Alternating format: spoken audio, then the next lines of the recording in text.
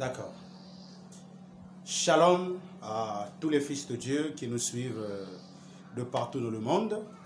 C'est votre bien-aimé frère, le frère Tony Elion. Et nous sommes encore très heureux de vous retrouver par cette tranche d'enseignement que nous sommes en train de donner ensemble avec le peuple de Dieu qui nous suit. En tout cas, si vous êtes nouveau sur notre chaîne, en tout cas, s'il vous plaît, abonnez-vous et activez la cloche de notification. Et si vous avez des suggestions ou des questions, des sujets de prière, en tout cas, vous pouvez déposer ça en commentaire en bas. Et je pense que l'équipe technique va se charger pour nous les transmettre afin que nous puissions nous en charger dans la prière. Alors, comme nous sommes en train de parcourir un sujet très riche et très important, le sujet sur lequel nous sommes en train de parcourir, c'est « Es-tu plus grand que notre père Jacob ?» selon le livre de Jean chapitre 4, le verset 12. Alors aujourd'hui, nous avons voulu tout simplement expliquer un terme afin de booster encore la foi au Fils de Dieu, parce que face à cette pandémie qui est en train de faire rage, nous avons aujourd'hui le monde qui a peur, nous avons aujourd'hui même les fils de Dieu qui ont peur, qui se disent, n'est-ce pas la fin du monde, n'est-ce pas les 7 sceaux qui s'accomplissent ou les 7 fléaux, n'est-ce pas l'apocalypse, surtout qu'il y a eu des hommes de Dieu certainement par manque de révélation qui ont mal prêché cette pandémie de coronavirus. Alors nous voulons tout simplement revenir cet après-midi, voulais-je dire, avec une petite exhortation comme ça. Nous allons donc rapidement, sans plus tarder, bien le Seigneur, commencer d'abord par rendre grâce à Dieu qui a permis que nous puissions nous retrouver encore en ce jour. Alors là où vous vous trouvez, vous allez juste vous joindre à moi, vous allez tout simplement fermer vos yeux et nous allons rendre grâce à Dieu pour ce moment que nous allons passer ensemble. Prions. Dieu du ciel et de la terre, le Dieu de l'éternité, nous voulons bénir ton Saint-Nom parce que tu es Dieu et que nulle autre personne n'est semblable à toi. La Bible dit qu'en toute chose devons te rendre grâce. Voilà pour cette raison, ô Dieu, en ce moment précis, nous te rendons grâce de ce que tu nous as permis encore d'être en contact avec le monde qui nous suit actuellement. Nous voulons tout simplement te soumettre ces moments, ô Dieu. Laisse que ton repère, tout ce qui sortira de la bouche de ton serviteur ne soit que des paroles qui viennent de toi. D'où, ô tendre Père, j'aimerais que moi qui suis que le cep, où il y a le sarment, Seigneur, et avec de toi qui est le cep, Seigneur, que je retire au Père de la vie auprès de toi. Parce qu'un sarment qui n'est pas attaché au cep ne peut produire. Nous voulons que tu sois l'ouvrier à l'égard de ton serviteur que je suis. Bénis, ô tendre Père, ma soeur, mon frère qui me suit. Bénis les serviteurs de Dieu qui me suivent. Bénis les familles qui me suivent. Laisse que, ô Dieu, l'enseignement de cet après-midi soit encore une richesse pour eux, Seigneur. Que cet enseignement puisse, une fois de plus, ramener encore la foi dans le cœur de ceux-là qui s'étaient éternis, dans le cœur de ceux-là qui s'étaient refroidis. Nous voulons te soumettre le reste de tout, Seigneur. Prends le contrôle de toutes choses. Au nom puissant de notre Seigneur et Sauveur Jésus-Christ, nous avons ainsi prié avec acte de grâce. Nous disons Amen. Alors, on peut acclamer le Seigneur. Et nous savons comment est-ce que nous acclamons le Seigneur. C'est en aimant, en likant, et puis en partageant la vidéo. C'est de cette façon-là que nous glorifions le Seigneur pendant nos lives. Alors, nous sommes en train de prendre une écriture qui est très importante. Nous sommes dans le livre de Jacques. Nous sommes dans le livre de Jacques. C'est une écriture tout simplement que nous allons partager avec vous aujourd'hui.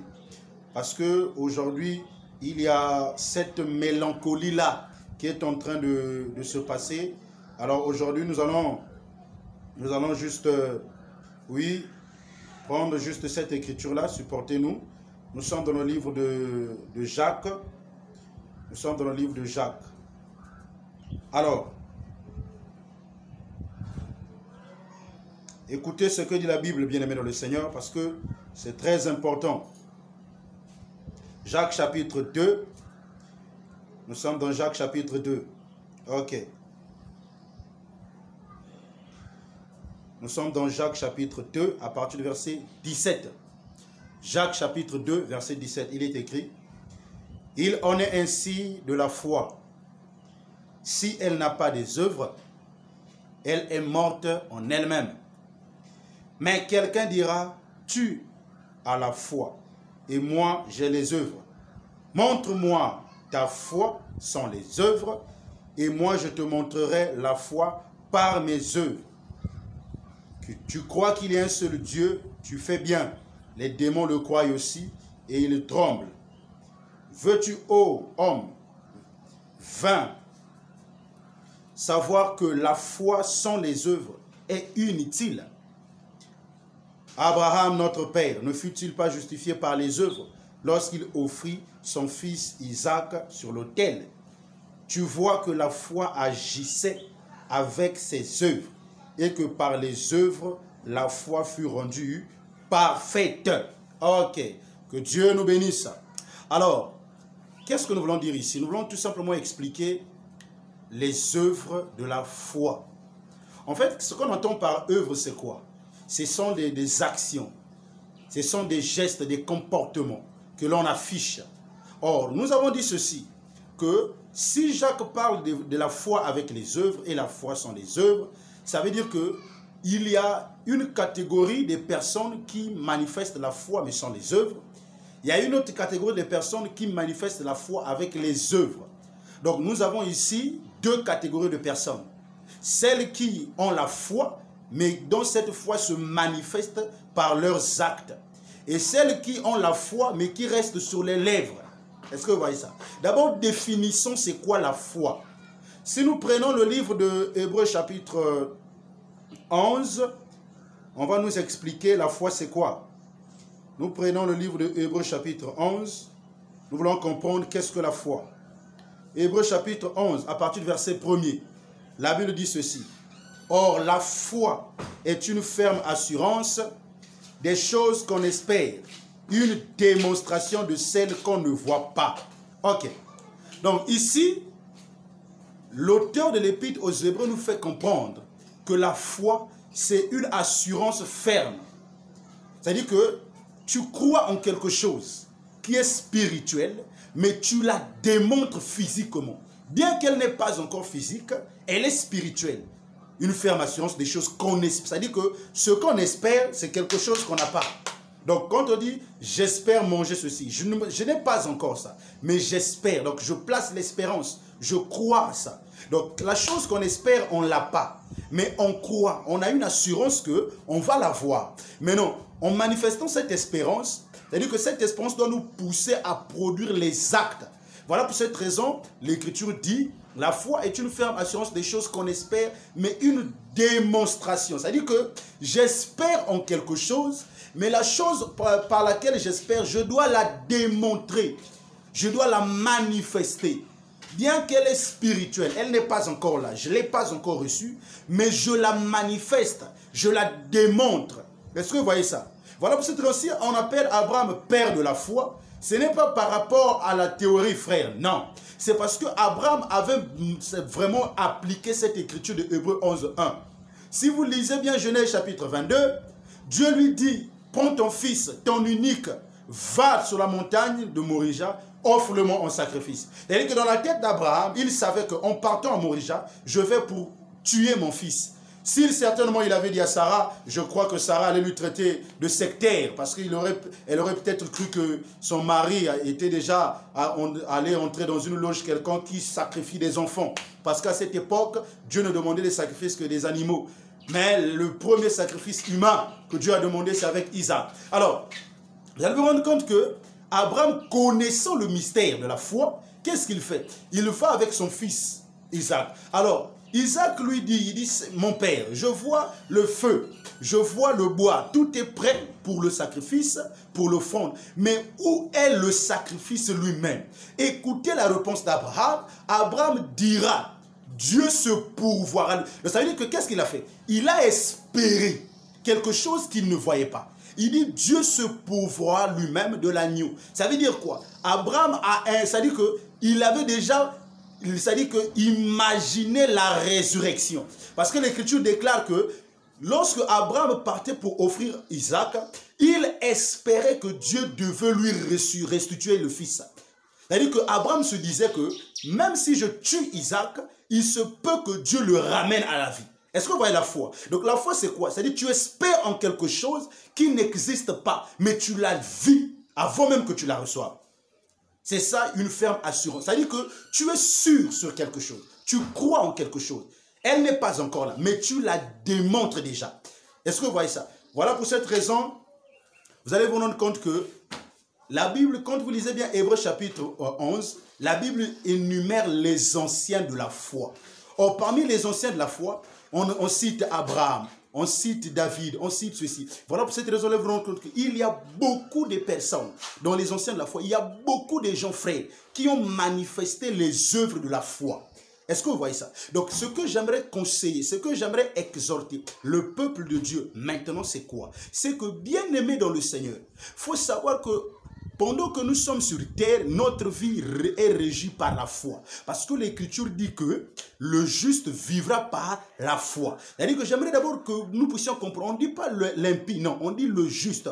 Or, le juste, c'est quelqu'un qui a été justifié par le sacrifice de Christ. C'est-à-dire que toute personne qui croit à l'œuvre salvatrice de Christ, c'est un juste. Parce que l'œuvre de la croix le justifie. Maintenant, pendant que tu es juste, frère, il faut que tu saches que ta vie à toi, c'est la foi.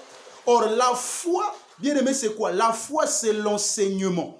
Selon le livre de Romains chapitre 10, à partir du verset 17, il est écrit, la foi vient de ce que l'on entend. Ce que l'on entend vient de la parole de Christ. Ça veut dire quoi? Ça veut dire que moi, en tant que fils de Dieu, moi, en tant que juste, ma vie à moi dépend de l'enseignement. Ma vie à moi dépend de la parole de Christ. C'est-à-dire que cette parole-là, c'est elle qui me fait vivre. Cette parole-là, c'est elle qui produit la foi en moi. Donc quand on dit le juste vivra par la foi, ça veut dire que lorsqu'on note la foi dans la vie du juste, il meurt. Lorsqu'on enlève la foi, l'enseignement dans la vie d'un fils de Dieu, ce fils de Dieu-là ne vit plus. C'est un cadavre spirituel. C'est-à-dire qu'en tant qu'enfant de Dieu, sans la foi, il n'y a pas la vie. Pourquoi? Parce que tout ce que nous recevons de Dieu, nous le recevons par le canal de la foi. Tout ce que Dieu nous donne, nous le recevons. Voilà pour cette raison, lorsque Jésus est arrivé sur la terre, vous allez vous rendre compte, pendant qu'il était en train d'opérer les guérisons, il disait toujours que celui-ci est aussi fils d'Abraham, celle-là est aussi fille d'Abraham. Et pendant qu'il guérissait les fils et les filles d'Abraham, il disait toujours, ta foi t'a sauvé. Il disait toujours, va, ta foi t'a guéri. Pourquoi la foi? Parce qu'il ne peut pas se produire un miracle sans foi. C'est-à-dire que quand moi je viens de la présence de Dieu, la Bible dit que ceux-là qui s'approchent de Dieu croient que Dieu existe et qu'il est le rémunérant. Ça veut dire quoi? Ça veut dire que lorsque je viens à l'église, lorsque je rentre en prière, lorsque je demande quelque chose à Dieu, la première des choses que je dois faire, c'est de prendre ma foi placée en lui. Et pendant que je place ma foi en lui, je suis sûr que ce que je demande, il va me le donner. Nous assistons à une foule des enfants de Dieu aujourd'hui, bien-aimés, qui viennent à l'église, qui viennent avec des problèmes, qui viennent avec des difficultés, qui viennent avec des situations. Or, pendant qu'ils viennent avec des situations, ils s'attendent à ce que, lorsqu'ils demandent, qu'ils reçoivent authentique. Mais quand tu regardes quelqu'un qui demande aujourd'hui et qu'il patiente, demain, il n'en trouve pas. Après-demain, il n'en trouve pas. Qu'est-ce qu'il fait? Il va commencer à se lamenter. Il va commencer à dire que Dieu n'agit plus. Il va commencer à dire que Dieu m'a abandonné. Non. La foi, ce n'est pas comme ça. La foi, c'est quoi? La foi, c'est-à-dire que tu es ferme sur ce que tu espères. Et quand on dit qu'une ferme assurance, c'est quelque chose qui a des fondements solides. On ne peut pas t'ébranler. C'est ça la foi. La foi, c'est quoi? C'est-à-dire que c'est comme un arbre qui est enraciné sous le sol. Quels que soient les vents, les tempêtes, c'est-à-dire cet arbre-là ne peut pas bouger. C'est-à-dire que la foi, c'est ça. C'est ce qui permet à un chrétien de vivre. C'est ce qui permet à un fils de Dieu de vivre sur la terre. Parce que le juste, sa vie est caractérisée par la foi. Lorsque tu es malade et que tu espères la guérison, il faudrait que tu croies réellement que même si j'ai le sida, quand je veux prier à Dieu, même si je veux, après avoir prié et que je vais faire le test, on me dit toujours que tu es séropositif. Bien aimé, quels que soient les résultats des médecins, mais ta foi a la capacité de changer ces résultats-là. Est-ce que vous voyez ça? Frère, la foi, en fait, c'est une folie pour le monde. Vous allez vous rencontrer que les gens vont vous dire, oh, mais comment se fait-il que toi tu n'as pas d'argent? Mais comment tu veux monter une entreprise qui coûte des millions? Comment se fait-il que toi tu n'as pas ceci? Frère, si quelqu'un est fils de Dieu, il doit vivre par la foi. Vivre par la foi, c'est quoi? C'est espérer aux choses qui sont spirituelles, que ces choses spirituelles soient matérialisables parmi nous. Voilà pour cette raison, Jésus, qu'est-ce qu'il a fait? Il a expérimenté l'invisible, il a fait paraître l'invisible au visible. Je vous prends un exemple, frère. Regardez. Lorsque on lui emmène 2 poissons et 5 pains, Jésus, qu'est-ce qu'il fait? Bien aimé, soyons humains. Il prend 5 pains et 2 poissons. Il élève les mains au ciel. Il rend grâce. Après avoir rendu grâce, la Bible dit quoi? La Bible dit que lorsqu'il a fini de rendre grâce, la Bible dit que les pains se sont multipliés. Soyons humains, frères. Physiquement, c'est impossible. Physiquement, c'est impossible. C'est 5 pains et 2 poissons. Il ne peut pas avoir multiplication là, c'est impossible. Mais la foi ça dit que, qu'est-ce que la foi a fait? La foi a défié l'impossible. Donc la foi, c'est défier l'impossible. Ce qui n'est pas possible aux hommes, frères, devant les fils de Dieu, qui manifestent une vie de foi, tout est possible. Voilà pour cette raison, vous allez vous rendre compte qu'une vierge qui n'a point connu d'homme, qui n'en a jamais connu de toute sa vie, mais l'ange viendra lui dire que tu seras enceinte par la vertu de l'esprit. Bien aimé, c'est impossible ça. C'est impossible. Mais Dieu, voilà même Marie s'est étonnée. Il dit, comment cela arrivera-t-il? Écoute la réponse de Gabriel. Gabriel dit, rien n'est impossible à Dieu. Ah, si rien n'est impossible à Dieu, c'est que notre Dieu, il est l'auteur et le consommateur de la foi des fils et des filles qui viennent à lui. C'est-à-dire qu'en tant que fils de Dieu aussi, il n'y a rien qui peut être impossible quand quelqu'un vit une vie de foi. La vie de foi, c'est quoi, ma soeur? Aujourd'hui, j'ai prié que Dieu me donne l'argent pour payer le loyer. Je n'ai pas trouvé. On m'a chassé de la maison. Je crois que Dieu va me donner cet argent. La vie de foi, c'est quoi? C'est même quand tu es dans la détresse la plus sombre, même quand tu es dans un état plus critique, mais tu crois que malgré que tu sois dans cet état-là, Dieu va te guérir. Je vous donne l'exemple de Job, mes bien-aimés. Job, on a fait 40 ans, pas 40 ans d'existence, non, 40 ans de souffrance. Donc, ça veut dire qu'on se pose la question, quand Job a commencé à souffrir, il pouvait avoir quel âge? Maintenant, si par exemple Job, pendant qu'il a commencé à souffrir, il avait peut-être 30 ans. On prend 30 ans là où il a commencé sa souffrance. On ajoute 40 ans, ça va faire combien? Donc vous imaginez que là ça fait 70, donc Job a passé 70 années par exemple, bien sûr. C'est pour vous dire quoi? C'est pour vous dire que un fils de Dieu, imaginez un peu Job, il était intègre, il n'avait rien fait de mal devant Dieu. Il était intègre et droit. Mais Dieu ça dit qu'il a plu à Dieu de lui faire passer par les épreuves. En lui faisant passer par les épreuves, Job a gardé la foi. Voilà pour cette raison, il disait toujours, je crois que mon Rédempteur est vivant et qu'il se lèvera le dernier. Qu'est-ce qui poussait à Job d'avoir une pareille foi? C'est parce qu'il croyait en celui qu'il était en train de servir. Il savait que celui dont je sais, le Dieu en qui j'ai cru, a la capacité, même quand je suis dans le bout du gouffre, il peut me sortir de là. C'est ça la foi. La foi, frère, c'est appeler l'invisible. La foi, c'est manifester les choses invisibles, que ces choses-là paraissent visibles. Voilà pour cette raison, Jésus, quand il est arrivé, il a dit ceci: à mon retour, trouverai-je encore la foi sur terre? Nous avons besoin dans ce temps de la fin des hommes de foi. Nous avons besoin dans ce temps de la fin des hommes qui vont impacter le monde.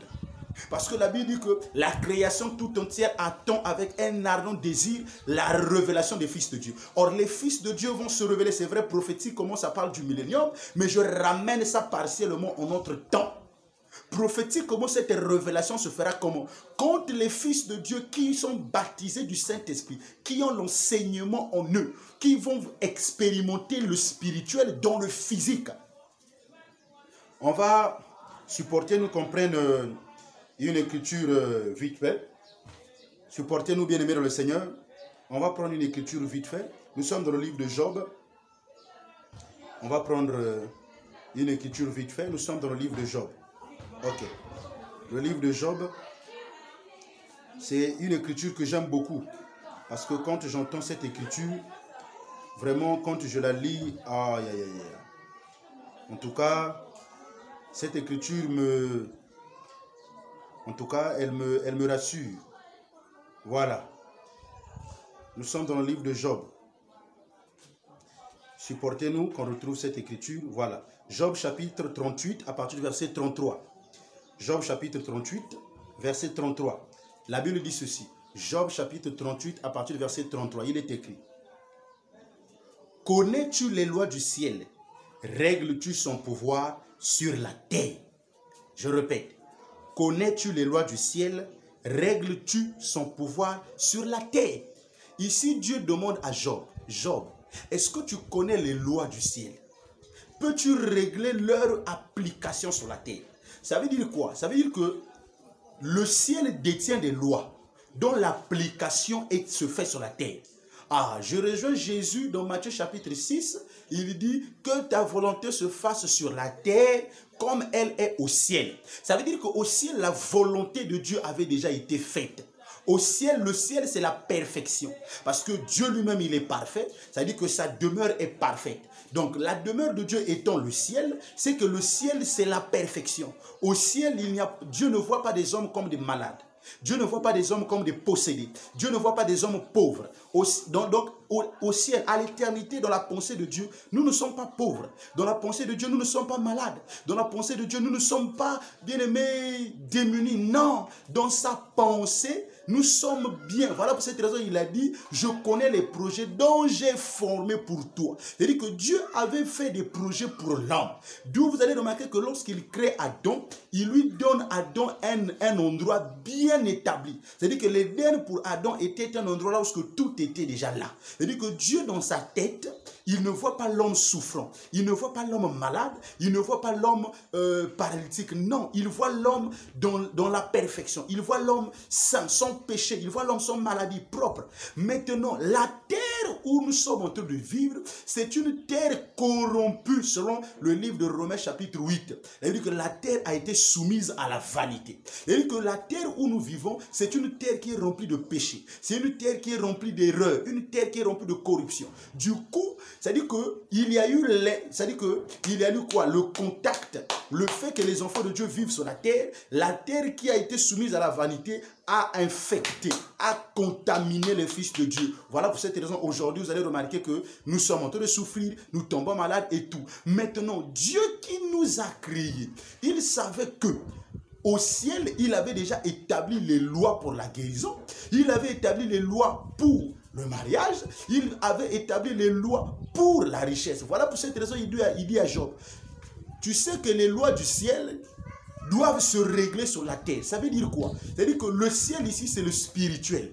Parce que le ciel, la demeure de Dieu est spirituelle. Le ciel, c'est le spirituel. Maintenant, la terre, c'est le physique. Ça veut dire que les lois qui sont spirituelles, il faudrait que les enfants de Dieu puissent faire vivre ça dans leur vie physique. Si moi, par exemple, je suis accablé par la maladie, je sais qu'il y a une loi pour la guérison. Maintenant, cette loi pour la guérison est spirituelle. Ma maladie est physique. Il faudrait que par ma foi, je puisse faire appliquer cette écriture qui parle de la guérison. Parce que l'écriture dit que par ces maîtrissures, nous sommes guéris. Quand tu déclares ça, tu es sûr que ta déclaration a de l'effet et tu verras la gloire de Dieu. Et ça, vous voyez la foi. C'est-à-dire que tu arrives devant un malade. Tu pries, tu pries, tu pries. Même s'il n'y a pas de réaction, même s'il n'y a pas de changement.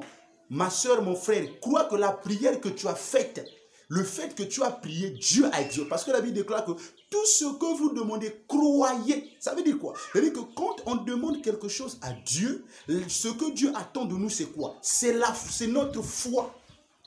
Seigneur, j'ai besoin que tu me donnes un bon mari. C'est une demande que tu as effectuée à Dieu. Maintenant, crois que la demande là, Dieu va répondre. Je vous prends un exemple. Jésus est en train de marcher, il arrive devant un figuier.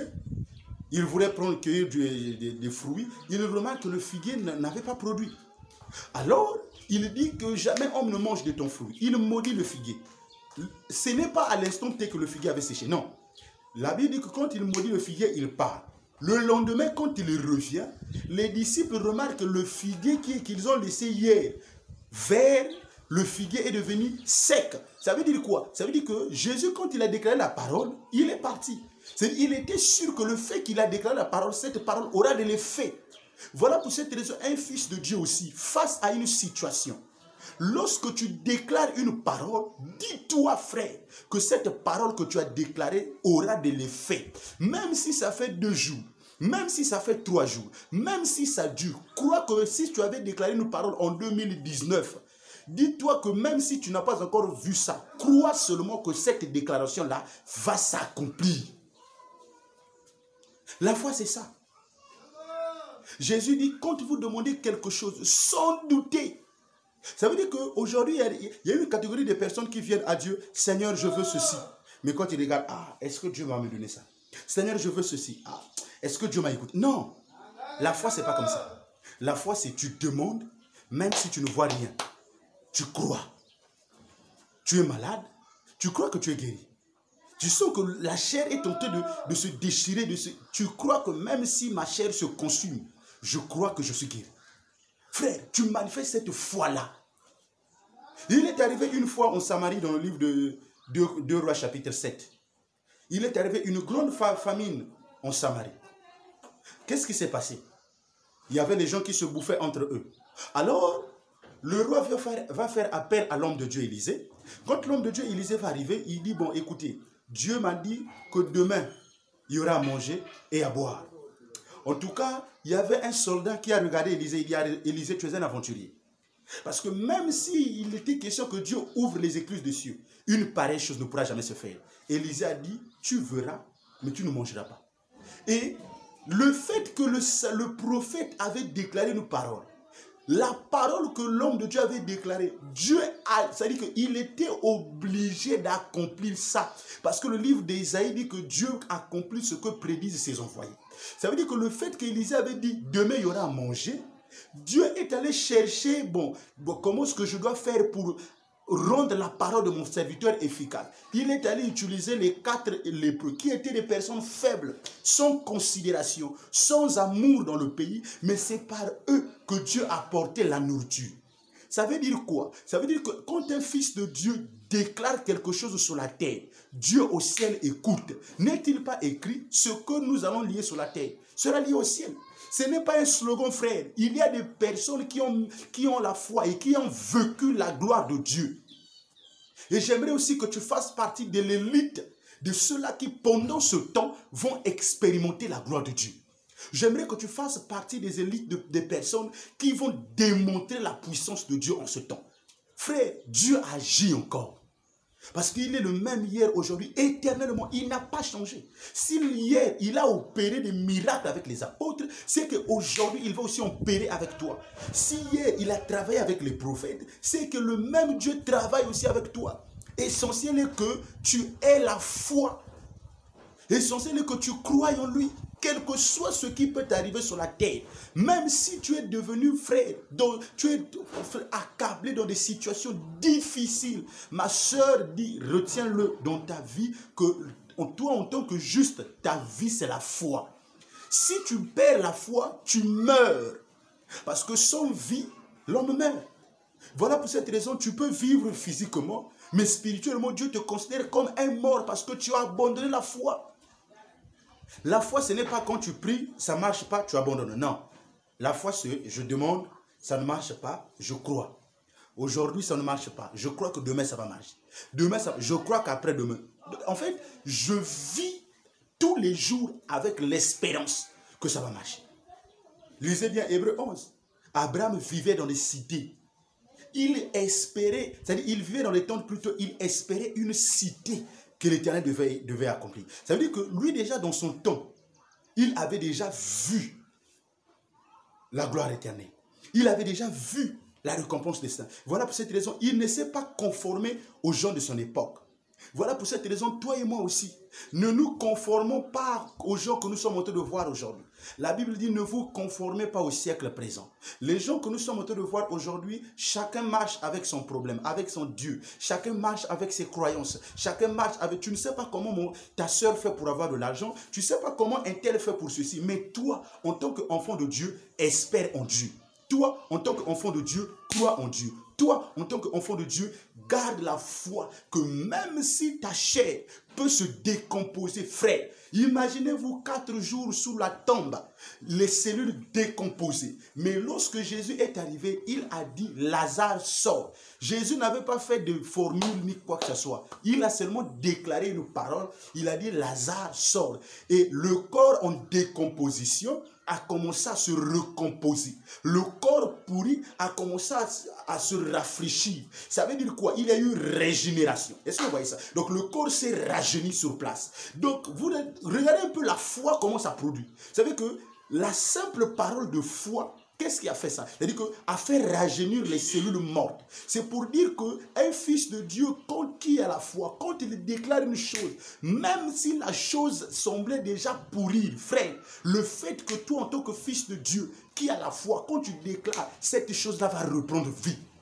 N'est-il pas écrit si quelqu'un est malade qu'il aille voir les anciens qui vont prier pour lui? La prière de foi, la Bible précise, la prière de foi guérira le malade. C'est que le malade est guéri par une prière, mais pas n'importe quelle prière, une prière de foi. Peuple de Dieu, vous qui nous suivez, de partout où vous êtes, sachez-le que le temps où nous sommes arrivés, c'est un temps de foi. C'est un temps de la démonstration de la puissance de Dieu. C'est un temps où les enfants de Dieu doivent expérimenter Dieu. Ne vous en faites pas. Nous allons vous balancer. Bien-aimés, encore nous bénissons le Seigneur parce que Dieu nous a fait comprendre ce mystère.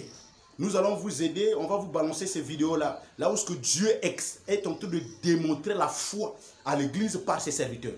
Là où il y a des guérisons qui s'opèrent. Et nous voulons vous partager ça. Donc, retenez-le. Partout où vous soyez, n'abandonnez jamais la foi. La foi, c'est notre vie, c'est notre socle. Que Dieu vous bénisse, vous qui nous avez suivis. N'oubliez pas de vous abonner, d'activer la cloche de notification. Tous les jours, nous sommes en train de publier des enseignements pour booster encore la foi des fils de Dieu. Alors, où que vous soyez, gardez la foi qu'un jour, notre Dieu finira par résoudre votre problème. Que Dieu vous bénisse, c'était votre humble serviteur, le frère Tony Elion, depuis